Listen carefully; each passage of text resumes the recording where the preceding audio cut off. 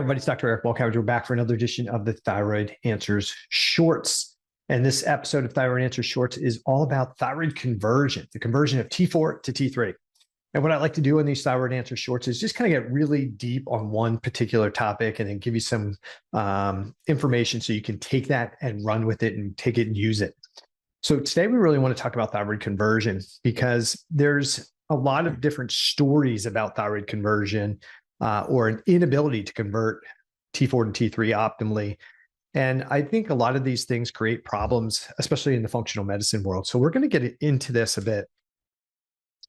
So the first thing we'll talk about is the conventional view of thyroid conversion. If you go see a medical physician, a classically trained endocrinologist, you're probably not going to hear any discussion of the conversion of T4 to T3. Their primary focus is to determine, are you in a state where you've developed a glandular thyroid disorder that now requires replacement therapy? And primarily that replacement therapy is going to be T4. Now, for anybody who doesn't know and is new to listening to this podcast, T4 is the inactive hormone or the less active hormone. It is what your thyroid gland primarily makes. And the active hormone is called T3, and your peripheral tissues primarily take T4 and convert it to T3, and then T3 supports the cellular physiology. In traditional medicine, their assumption is that if you provide enough T4, the body will automatically convert it to appropriate levels of T3. And this is not actually accurate, but because they don't look at total T3 typically, or free T3, or reverse T3, the assumption is that if I provide T4 and it suppresses TSH, that TSH is now within a normal range, so it must have converted into T3. The problem is that there are many reasons why T4 medication could suppress TSH, despite you having lots of hypothyroid signs and symptoms, which is caused by a reduced conversion of T4 to T3 in your peripheral cells and tissues. Now, in functional or integrated medicine, we often look at more comprehensive panels, and we do tend to look at total T3 and free T3 and reverse T3. Now, there is a trend in functional and integrated medicine where practitioners are just running free hormones because they think that those are the only things that matter. I don't agree with that. I think you need to know the total and the free value, and we'll do a podcast, maybe another Thyroid Answers Shorts on why. But I've done many Thyroid Thursdays on why the full panel is important. So go check those things out. But there is a tendency in integrative and functional medicine to look at a more comprehensive panel, and more specifically to look at maybe free T3 and reverse T3 and be concerned about the conversion of T4 to T3.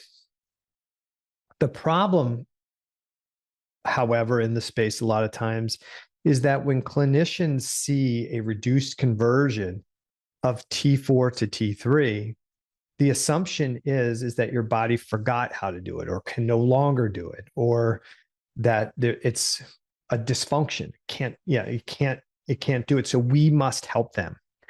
And what I want practitioners to learn and understand, and I want you, the individual person struggling with thyroid issues and chronic hypothyroid signs and symptoms, despite what somebody might say is appropriate or optimized thyroid medication, is that your body doesn't forget how to convert T4 to T3. Your body adaptively decreases the conversion of T4 to T3 based on the state. So when we look at labs and we see that T4 is in the normal range and TSH is whatever range it's at, but we see that there's increased reverse T3 or low T3, total T3, free T3. What we shouldn't be thinking is that your body is broken and we must give you T3.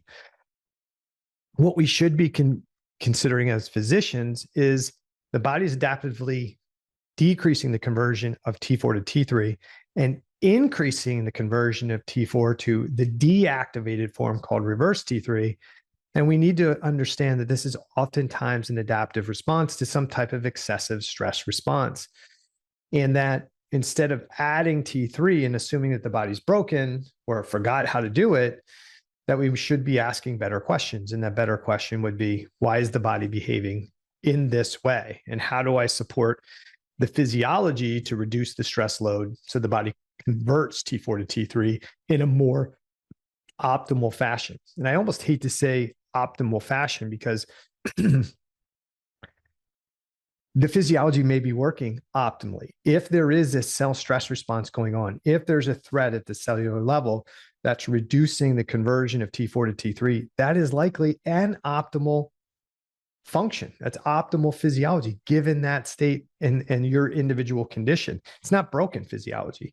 So we shouldn't assume that the optimization is to give more T3. That doesn't necessarily optimize the physiology. It may change the blood value that the doctor cares about. It may change your symptoms temporarily, but it doesn't necessarily optimize your thyroid physiology. That term is probably thrown around too much and used inappropriately.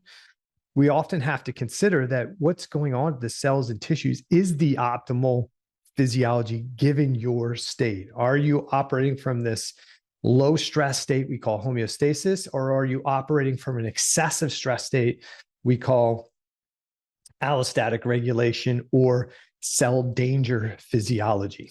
Okay. So in conventional medicine, they really don't look at the conversion of T4 to T3. You rarely have total T3 or free T3 or reverse T3 run because not relevant to what they're trying to do. They're trying to just to restore TSH into a lab range. And they assume that if they provide enough T4 that restores TSH to a lab reference range, that you are converting it optimally. However, if you're struggling with chronic hypothyroid signs and symptoms, you're not converting that T4 to T3 optimally, right? You're not converting it as if you're in homeostasis, or you wouldn't have hypothyroid signs and symptoms. From a functional or integrative standpoint, functional medicine practitioners do look at T3 levels, sometimes reverse T3 levels, and they are aware that there's reduced conversion of T4 to T3 and an increased conversion of T4 to reverse T3. However, they just assume it's broken physiology, and the treatment is to provide medication versus saying, hey, this is likely an adaptive response and we need to figure out why. So the next thing that's really important to understand is what happens that the body adaptively decreases the conversion of T4 to T3 and increases the conversion of T4 to reverse T3. While your thyroid gland makes thyroid hormone, T4 mostly, a little bit of T3,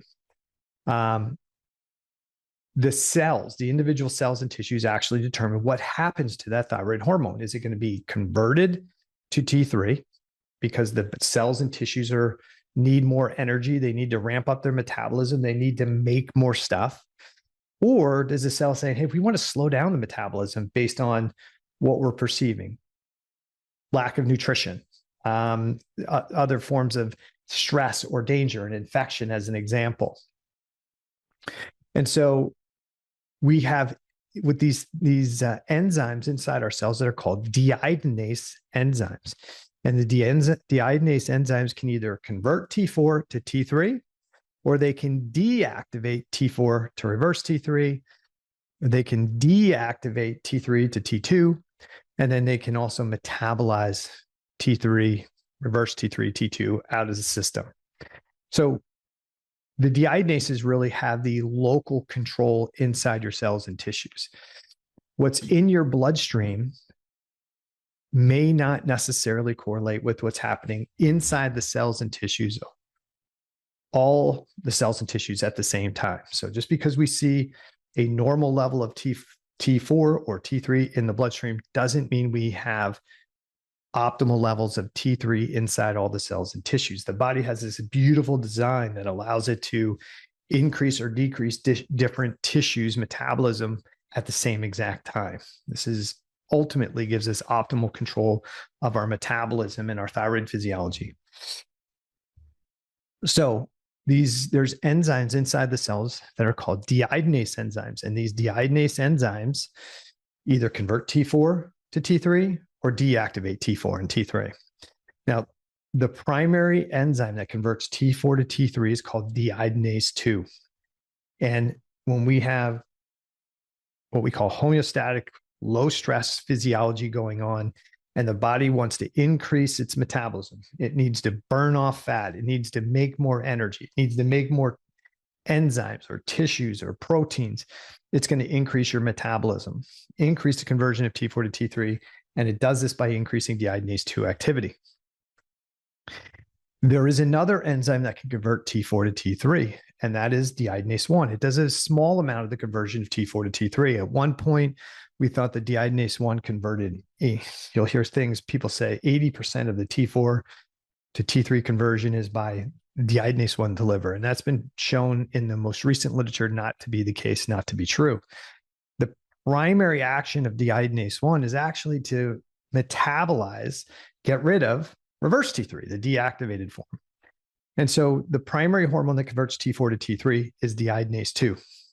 Deiodinase 1 can do it, does it a small amount, but its primary role is metabolizing reverse T3 to get it out of the system. And there's one more deiodinase enzyme, and that's called deiodinase 3. And that enzyme, its primary job is to deactivate T4 to reverse T3 and deactivate T3 to T2.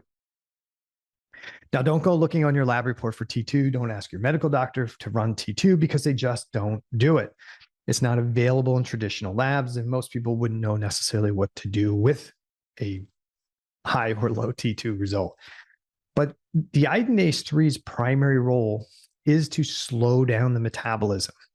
So in general, when there is increased levels of inflammatory chemicals, which are danger signals, in circulation, impacting the cells, impacting the tissues, there's going to be a net decreased conversion of T4 to T3, a net drop in T4 to T3 conversion, and a net increased deactivation of both T4 and T3.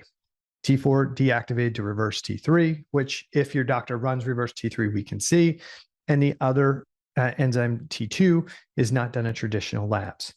So if somebody has this cell stress inflammatory mechanism going on, the body is saying, hey, there's threat, there's these inflammatory signals, there's danger, and we need to slow down our metabolism. And so what we have is an upregulation of deiodinase 3 that adaptively decreases the conversion of T4 to T3, increases the conversion of T4 to reverse T3. This is not broken physiology, Matt. It is often a response to this inflammatory process, and it's not broken. And the literature talks about this now more than ever, that this is an appropriate adaptive response to some type of threat.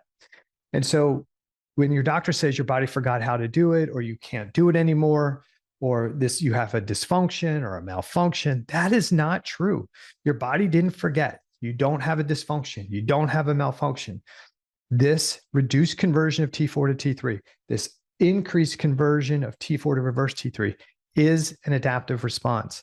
Now, it may cause you to not feel good. You may be more tired. You may be more fatigued. You may have more sluggish metabolism, but that's not broken physiology. And that part is really important, because if the doctor thinks you are broken, then they will think the appropriate treatment is to give you T3. If they think this is an appropriate adaptive response, then they will likely won't want to give you T3, not because they're mean, not because they don't want you to feel better, but because they're trying to work with your physiology, not against your physiology. So what things might cause your body to adaptively decrease the conversion of T4 to T3 and increase the conversion to reverse T3, this deactivated form?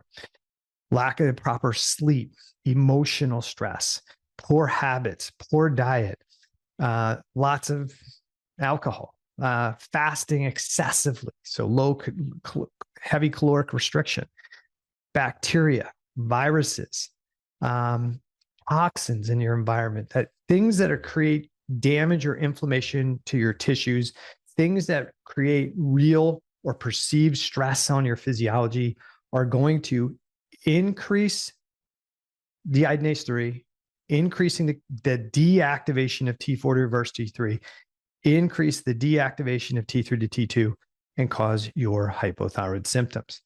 Again, not broken, but an appropriate response to this adaptive physiology. So some people might ask, well, if the reduced conversion of T4 to T3 is going on, if this is an adaptive response and I don't feel good, I'm tired, I'm fatigued, why wouldn't I just give T3? Why wouldn't I want to just feel better? And the answer is that there's a couple answers. One is taking T3 medication can temporarily make you feel better because you're providing a hormone that your body's not converting, and some of that's going to get into the cells and tissues. And it often does make some people feel better, at least initially. The problem is that once you get that T3 into the system, the body now has to work harder to actually decrease to get rid of that T3 medication you're taking. And too much T3 medication when you have this inflammatory process going on, can actually create more tissue damage, more oxidative stress, more inflammatory mechanisms. So it can perpetuate this immune and inflammatory process. It is not unusual that almost every week I have somebody contacting me who has been prescribed T3 medication. They initially felt better, and they thought, wow, this is the right strategy. That medical doctor wasn't providing it. This integrated practitioner is. I feel better. But then it doesn't last. And so then they wind up on a stronger dose. So they go from 5 micrograms to 10 micrograms to 15 micrograms to 20 micrograms. And it starts to not only not last and require greater amounts of T3, but it also creates alterations in their thyroid labs that many times the clinician doesn't understand or doesn't know how to interpret appropriately. And they say, hey, we're just not going to pay attention to that TSH because we expect it to go really low. It can result in further suppression of the thyroid gland, more than maybe it was suppressed before, and result in either dramatic rise in T3 medication just to feel half decent, or the addition of T4 medication as well. But the key piece is, even though it can temporarily make you feel better, it's not addressing the real issue. It's not addressing what's causing the cell stress response. And you're working against the body's natural adaptive changes as a result of some type of excessive stress response. So yes, taking T3 medication can change your T3 values on your labs. Can it change your symptoms, at least temporarily? Yes. But more often than not, it winds up people starting to feel better and then chasing that feel good with higher and higher doses of thyroid medication. And I have many clients that wind up on higher doses of medication, have severe anxiousness, anxiety, irritability, and are really struggling with chronic symptoms of both hypo and hyperthyroid physiology because of this excessive use of T3 medication. Now, I don't think functional or integrated practitioners that are providing it have bad intent. I think they're trying to help out. I just think in many cases, they don't fully understand what's going on with thyroid physiology. They assume it's broken and that the solution is the same as the medical professional believes, is that the system's broken, the physiology is broken.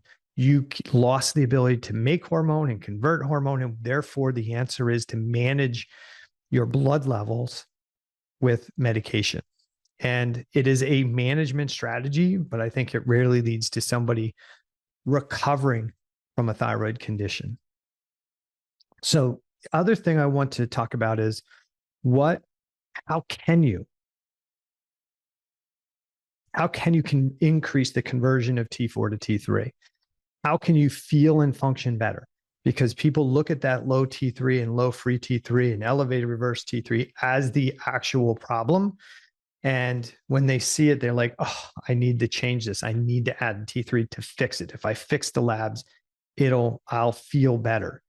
The reality is when we see labs, we have to interpret them. So if we see that somebody has reduced conversion of T4 to T3, if they have an increased conversion of T4 to reverse T3, we need to just ask a better question. What's creating excessive stress on your physiology that's causing your body to adaptively decrease the conversion of T4 to T3 and increase the deactivation to reverse T3? If we ask that question and we start investigating what's doing that, that's the best way to improve T4 to T3 conversion. Identify the stressors and reduce or remove those stressors and do it for a period of time. The danger physiology goes away, and now the body can start to convert T4 to T3 naturally, adaptively, optimally. And so you'll see conversion go up as you address these things. There is some discussion that there's many things like selenium and other micronutrients that are really important for improved conversion of T4 to T3. And that is true.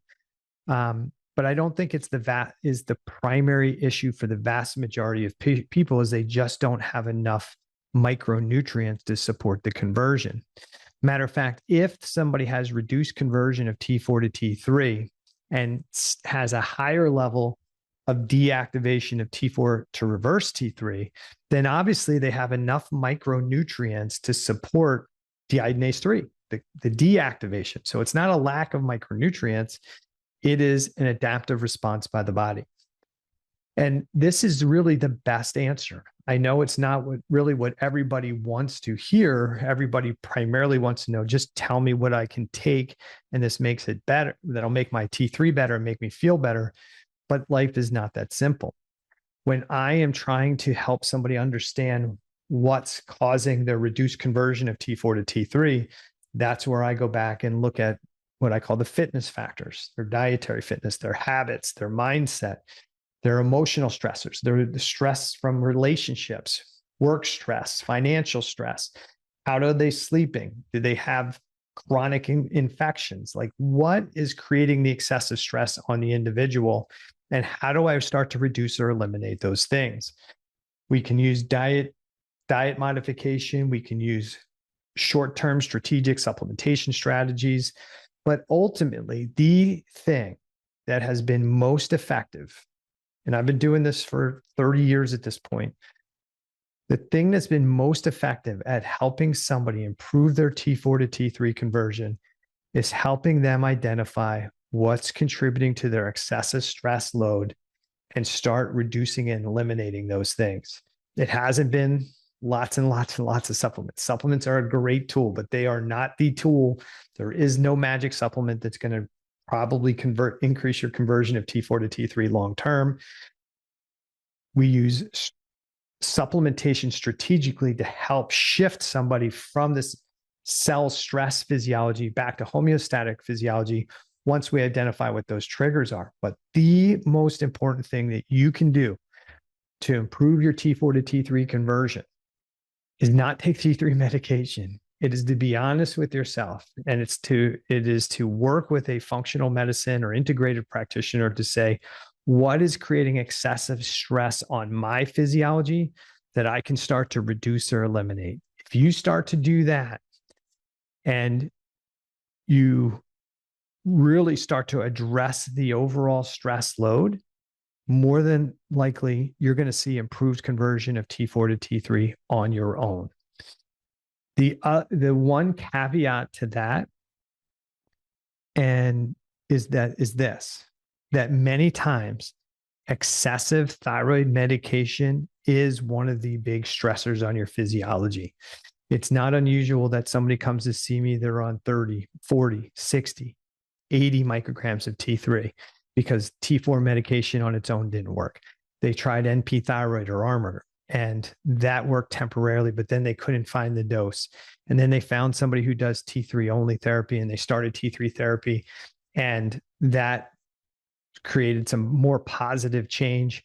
But it's led them to be having to take 80 micrograms or more on a daily, regular basis, and they still have hypo and hyperthyroid symptoms. And while they feel better than they did without thyroid medication, or maybe on the T4 alone, they're still chasing the ultimate answer of, how do I improve my thyroid physiology? How do I recover from a thyroid condition? How do I feel better and not have this kind of wired and tired feeling that often happens as people add T3 medication? So what can you do? If you're one of those people who's been on T4 medication and you still don't feel and function well, reach out to me or another functional or integrated practitioner and get a comprehensive thyroid panel done. See if even though your TSH, you may be told your TSH is normal and your T4 or free T4 is normal, look at the T3 levels and the free T3 levels. Are they reduced? Look at the reverse T3. Is that elevated? And what is the free T3 to free T4 ratio? If that is reduced, or any of those things I said are a problem, you have reduced conversion. You're in this cell stress inflammatory mechanism. Your body is not converting T4 to T3 optimally, or as in a form that would make you feel awesome. And it's not because you're broken, it's because you're operating from this danger physiology. Your body's adaptively decreasing the conversion of T4 to T3. And it's probably the same danger physiology that triggered the thyroiditis and the loss of gland function to begin with. So get a more complete panel done. The other thing you can do along with that is you can look at inflammatory markers on your blood work. If you run a uric acid, a fibrinogen, a ferritin, a homocysteine, a CRP, or a host of other inflammatory markers, and any of them are elevated, you now have confirmation that you're not broken. You now have confirmation that you have an inflammatory process going on, and the reduced conversion of T4 to T3 is the adaptive response and not broken physiology. More thyroid hormone, regardless of whether it's T4 or T3, will not fix this situation. It can change symptoms, it can change labs, but it's not going to restore your thyroid physiology. Why? Because it's not broken. What you need to do is look at what's contributing to the excessive cell stress response. And if you need more help and more guidance on this, you can pick up my book, The Thyroid Debacle, where we talk about what some of these fitness factors are. You can go to my website, Dr. Balcavage, www.drericbalcavage.com, and you can request a complimentary discovery call, and we can talk about what's going on and maybe what the best options are for you. But stop trying to fix the T3 level. Stop trying to fix the conversion issue with more thyroid hormone. It's not the right strategy. If it was, you would probably not be listening to this podcast. You wouldn't be struggling with chronic hypothyroid symptoms and sometimes hyper and hypothyroid symptoms at the same time. And you wouldn't be doing constant Dr. Google searches for how do I feel better? How do I recover my thyroid physiology? So if you need help, go to my website, request a discovery call, pick up my book, The Thyroid Debacle, and check out some of those things, some of the suggestions in the book that can help you. But don't chase or spend too much time trying to optimize your T3 levels if you have this cell stress inflammatory process going on. The last comment I'll make is some people say, well, if my thyroid gland is totally destroyed, shouldn't I be on some type of thyroid medication? And I would agree. Yes, you're going to be on some type of thyroid medication, and it probably should be T4. And my suggestion would be a separate medication of T3. I'm not a huge fan of Armour and NP thyroid for the vast majority of people. I think if we're going to provide T4 and T3, it probably should be done separately so that we can increase or decrease the T4 and T3 separately. If you're taking Armour or NP thyroid, if you increase the NP thyroid or Armour, you're increasing both T4 and T3. If you need to drop T3, you can't drop it separately. You have to decrease the ARMR or the MP thyroid, which means you're going to decrease T4 and T3. So the best bet, in my opinion, is separate T4 and T3, and the T3 probably taken in a split dose to maintain more balance of your T3 levels through the day. And we probably shouldn't be providing more thyroid medication in most cases than a healthy thyroid gland would have made in the first place. And from a T3 perspective, that may be 5 to 10 micrograms of T3 is maybe what a healthy thyroid gland would have made. Most of the T3 is not made by your thyroid gland. It's made by the peripheral tissues that are in a homeostatic, low stress state, converting T4 to T3. That's what maintains a higher level of T3, free T3, and a lower level of reverse T3. So I hope this has helped. If you have any challenges, questions, problems, you can reach out to me at my office, info@drericbalcavage.com. And you can put your comments or questions below wherever you watch this video or listen to this podcast. And you can always reach out to me on Instagram and send me a direct message with your questions. All right. Hopefully this helps, and stay tuned for more Thyroid Answers and Thyroid Shorts episodes in the future. Take care.